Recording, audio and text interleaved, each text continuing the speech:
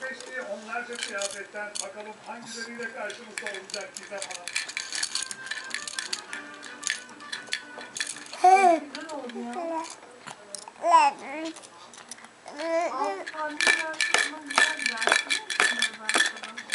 sana hiç katılmıyorum.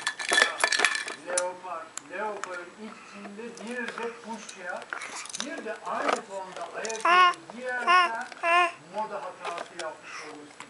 Bu elbise belindeki kemeri çıkartıp trapez formunda ve yine siyah pabuçlar ve siyah ipek ince çorapla kombin edilirse hoş bir görüntü olabilir. Fakat bu kadar güzel bir fiziğe sahipken böyle bol bir giysi içinde görmeyi arzu etmiyoruz seninle.